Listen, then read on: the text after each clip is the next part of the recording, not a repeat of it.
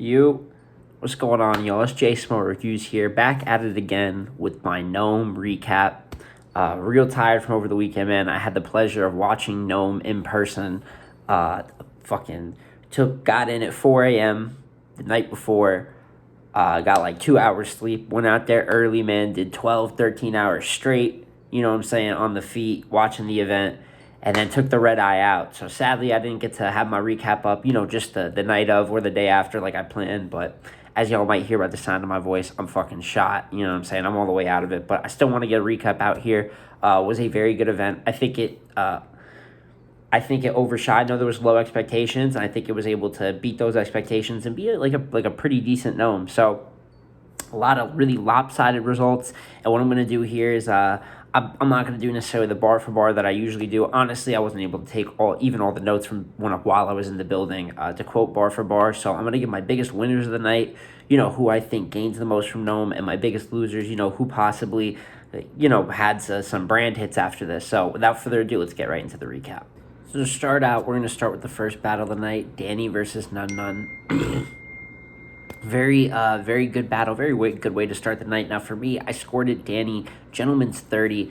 I'm not going to be able to be, as bar for bar as I usually like to be, being in the building. I don't get to write everything down, but I am going to remember some of the key haymakers, key points for reference. But first round, Nun goes. He has the chopped and screwed, which was fire. He has the you've been old your whole career, like Morgan Freeman, which was fire. And he also had a lot of biblical references. I thought he overused it just a little bit with the bar god. I can't, like I said, I can't quote everything, but there was a lot of biblical reference in the first. And Danny's first three haymakers is able to kind of overpower that. And people are saying, like, oh, just like Nun said, his haymakers were the best part of his round. And I'm confused if we're using that to say he lost. I'm seeing that a few people had Nun 1-0. I think that's kind of ridiculous. And even in a battle where Nun did good, I just think that round is pretty much the clearest of the battle. And I know that afterwards, Danny had a pretty good round after that. Like I said, I'm not going to be able to quote everything from it, but I know that his writing from there on out, even though throughout the battle there was a little bit of OBC, I thought his writing in the first especially was really good.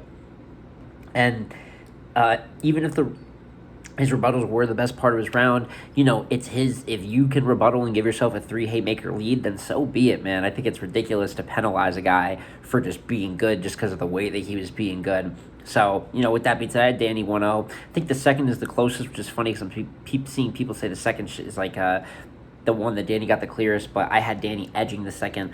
I thought there was a lot. The OBC hurt him a lot in that round. I thought Nun was jabbing. And like in my prediction, I said Nun is good, but Nun is like a good to a certain level.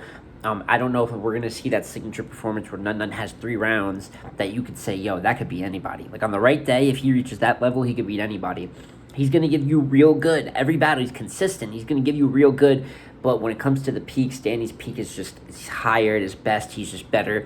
And I think he displayed that this battle. So I had him edging the second. Then I had Danny getting the third clear in another just pretty standard clear round. So I had Danny gentleman's 30.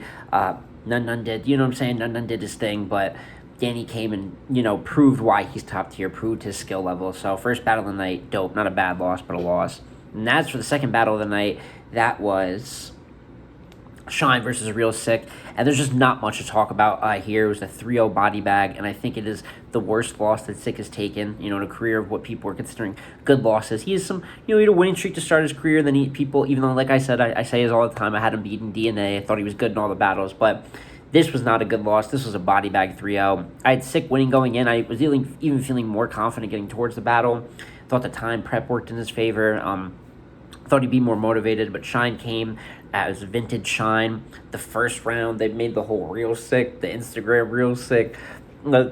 You won't even think he's sick, like the flu game. The Sick in the wave.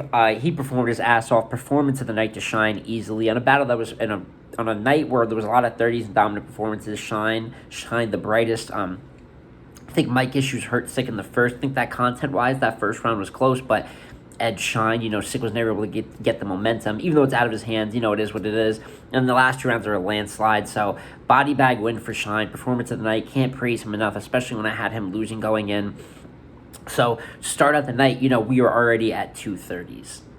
As for the next two battles on the card, this is where things start getting more competitive and, shaped out to be a pretty good NOME in my opinion. I'll probably say it again by the end of the video, but 7.5, maybe 8 out of 10 NOME. That middle of the pack, just a solid card, especially since people were disappointed going in. I thought it was great.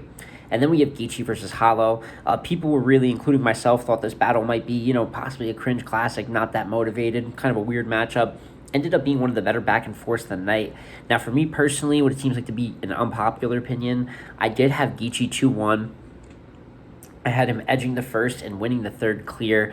But as for the battle, and especially Hollow going in, like I said, win or loss, I wanted to see him end his rounds normal, and he did. I think even though there's a little bit of chaoticness all around the place, that is the unorthodox in him. I can't critique that, when that's part of his base style, but it was good to see him, ending his rounds and just battling like a battler. You know what I'm saying? That's someone that's in there and cares. Even though I did have him losing. I see a lot of people are giving the first two clear to Hollow. For me, obviously, Geechee's second, we'll mention it backwards since I think 2 rounds are clear. Geechee's second is one of the worst rounds he's ever spit. Which is crazy to say. I think he tried to take the approach to loyalty over money. I don't think it's a bad angle, trying to break down Hollow using the brand name, but no energy to it, no motivation. Then did the weird thing where he said the Rockabye Baby bar, he said versus Cal, and mentioned it, and just bizarre, and it ended up being Hollow's kind of best round of the battle, just back-to-back, had some of Hollow's better haymakers of the battle, a little bit of a character attack. I don't remember if the every fucking card angle, which was funny, was in the second or the third. But one of the things I like from Hollow, and just overall, Hollow clearly got the second. As for the third, it sucks, and this is the critique of Geechee right now, is it's clearly motivation, because his third, even though I do have him winning the battle, his third is so much better than his first 2 rounds that it's like, we know that you can apply yourself like this energy-wise, writing-wise. He took the real talk, that original Geechee third round type of round. The bow movements bar was fire. Like I said, I'm pissed because I wish I could be better with the quotes right now. But his third was just, I thought, magnificent, really vintage Geechee stuff. And even though Hollow had a decent third, I don't think there's anything to argue in that round. Maybe I'll feel different when I'm able to watch it on camera. But I thought Geechee took the third clear. And as for the first, it's a decent round from both. So the debate is really like, I think Geechee had better haymakers, better peaks to his round, but there was turbulence. It wasn't like full-on stumbles, or definitely not chokes, but it wasn't even full-on stumbles, but you could hear him multiple times. It was so consistent that he would like slip a word in a setup, and he'd quickly like re-say it, so the crowd didn't even get involved. We didn't say anything, because he was still like on track, but you could hear like little glitches. And that's another thing that comes down to motivation. That wasn't always a thing with him. So definitely something that he could work on. A reason that you could give Hollow the first, because Hollow had a decent first. I thought the Bayside bar was one of his best bars that he started out with. Who's going to save him the bell when I rock everyone on Bayside? I think he jabbed. I never thought he reached that haymaker spot. I even think his first had some dry spots in there. I don't think he just killed them. I think he met over an expectation curve for some people. So, when you see him meet expectations and Geechee kind of not look that motivated, you automatically want to say clear. Like I said, no problem giving Hollow the first, but I don't think it's a clear round. And for me personally, I did prefer some of Geechee's peaks. I didn't think he had any overwhelming dry spots either. And those few haymakers he had in there just were dope to me. So I had Geechee 2-1 edge, and actually ended up being one of the better back and forths tonight. I think it's actually even a pretty good look for both. One of Geechee's better performances so far this year. Even though the people aren't liking it, I thought it was pretty decent. And as for Hollow, definitely good to see him back in one of his first very good rewatchable performances in a while. Next battle, getting onto the second half of the card, is Easy versus Goods, the battle I think everyone was looking forward to the most. And what's crazy to say, man, Easy is one of the biggest winners of the night, and just another clear win. And I'm going to say this, funnily enough, I think the battle is closer than people act like it is, but I still think it's a clear win for Easy. I gave Easy the first clear, just real talk angles, just more in-depth writing and everything. The pixie stick shit to start the round was crazy, and he just overpowered Goods in the first. There's nothing to talk about with that round. Now, as for the second, here's my thing. I think Easy edged the second, but I think it was like, we all know it's an edge. Like, I think it's an edge, but it's clear at the same time. I think sometimes when people say the word edge, it just automatically makes something debatable, but it's one of those things where I don't think the gap was that big, but I think that there was a gap that we should all see. And I think the way Goods ended his second, makes it, made it feel like a better round. Maybe if I watch it back, I won't have as much respect for Goods the second. But in the building, I thought Easy edged it. Goods ended the second with the investments on his phone. Watch this money come, and I think the Easy had some dry spots in the second. I think he jabbed pretty well throughout, and I think he jabbed his way to a win. I just think he had more content and just more content that checks off for more points. I think a problem with Goods' approach this battle is that even though he does talk the money, the swag stuff, it was really, really redundant feeling. And that might have been partially because of Easy's angling, but also he said that I made 250K legally, and he stressed it legally on like 4 different bars this battle. I feel like he was almost repeating concepts, repeating jewelry concepts, and it wasn't until the third that I thought he took a real good creative approach. I thought Goods I thought you kept going to jail over and over. I thought there was a lesson in every bar. I thought that was fire. And overall, I thought there was way more grown man talk and personable, like very direct material towards Easy. So even though Easy had a decent third, I thought Goods got the third kind of clear. I didn't think that was too debatable around. As for the second, I gave to Easy on the edge, and then Easy took the first. But even though I say edge, I did have Easy in the first 2 rounds clear. Great win for him. I think he got a pretty good Goods too, especially in the third. But once again, man, this insane all-time run continues where it's clear battles. I'm sure you guys have heard the battlers say it, but winning this many battles clear in a row, it doesn't happen. Usually there's debatables in there. So shout out to Easy, one of the biggest winners of the night, with another good win over a decent Goods. And then you get into the final 2 battles. Tay-Rock versus T-Top, probably the one I'll talk about the least. Body bag, and I think you have T-Top being the loser of the night out of everyone on the card. I expected a very motivated T-Top. Even though I had Rock 2 on edge, I expected this to be battle of the night. And I think Rock was good. I don't think Rock was, I thought Rock was 80, 90%. I think some of the bars, some of the shit was solid. Maybe a little bit of OBC, like a Snapple Facts bar, but good performance. I just thought you got a good Rock. But the dominance comes from the fact that T-Top, the gap was ridiculous. T-Top with overusing some of the low-hanging fruit angles. We know that he's one of the best anglers ever, but it just seems like recently, instead of going for the creative approaches, the nitty Walmart, angle, you look at stuff like Ab, he did the stealing angle, but applied it to Cave Gang and Briz, and he doesn't have that, doing the train angle against Rock. I mean, come on now. And if you're going to do the almost fight angle, you were in it, you could have had a much more creative approach. It's like he just kept tapping in angles and tapping out, and the one he stuck on long was the tranny angle, which hasn't worked for anyone, so very strange, bad. There has to be some retooling in his writing process, the way he approaches things, and Rock was just a mean 30. Definition and consistency is a reason that I think he's the best battler of all time, along with many people. In a night that had a body bag, I thought still Shine had performance of the night, but in terms of the actual quality of body, Rock was, 3-0 clear. And that gets in the last battle for the 120K, Swamp versus JC.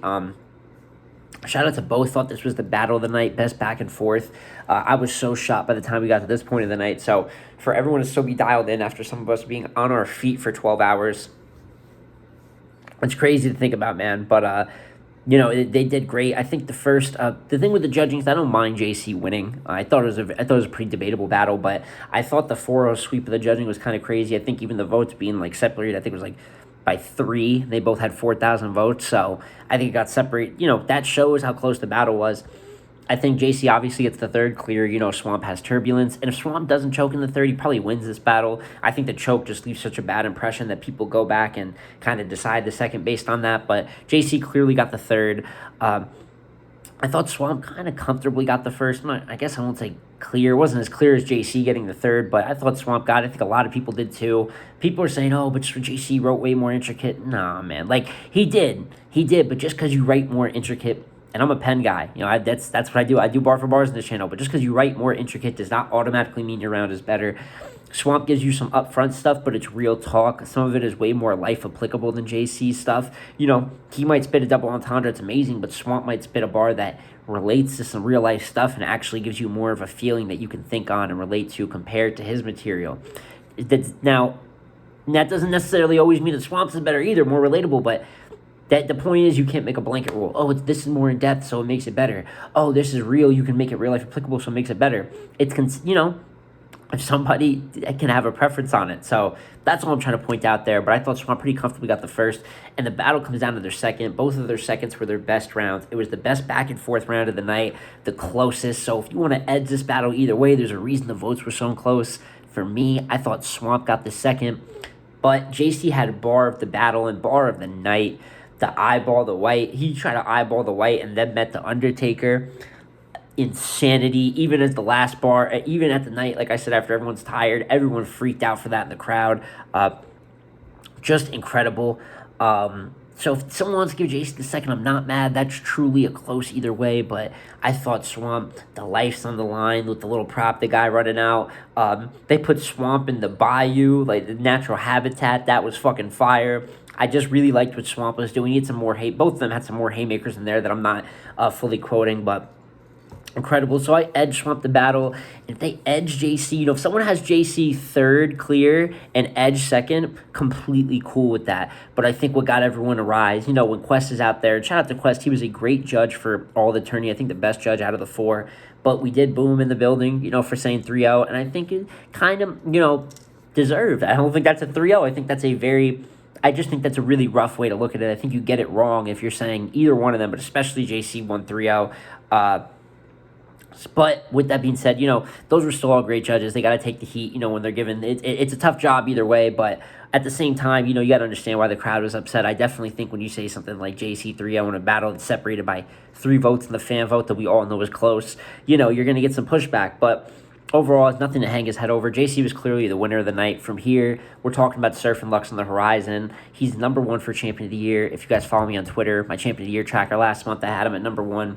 And I thought he could extend his lead by winning here, which he did. Just incredible work in the tourney and outside of the tourney. And with Summer Madness on the horizon, we're talking Surf. Even for Swamp, Rock still is pretty adamant. Even took a shot at him in the T-top battle. So it looks like we're going to get Rock Swamp too, possibly on SM. These two gentlemen put on a great battle. Neither of them have anything to hang their heads over. And just a dope end to a good event. And with that being said, guys, that is my full recap here of NOME 12. Maybe it might have been a long-winded, trying to go over all the talking points. I know the recaps can get a little redundant since we all watched the event and everyone's dropping them. But thought it was a good event. Like I said, 7.5, maybe 8 out of 10 NOME. Happy about the way everything went down and excited to see, we have a lot of battle rap here coming into the end of the second half of the year. SM, Philly card, possibly the Drake card. We'll have the volume at the end of the year. The event in New Orleans that was just announced by URL. So got a lot of more stuff to cover, man. This channel's going to be bumping for the next few months. So, buckle up and let's get ready to enjoy some good battle rap. So, like, comment, subscribe. Also, shout out to everybody that I met out there. I know I ran out pretty quick at the end. Didn't get to, say my goodbyes to everybody at the event that I was chilling with since motherfucking 8:30 that morning. But shout out to everybody that made it a dope event. Great energy and got to watch the battles with. But it's been J Smo Reviews here again, y'all. And I'm going to catch you on the next one. Peace.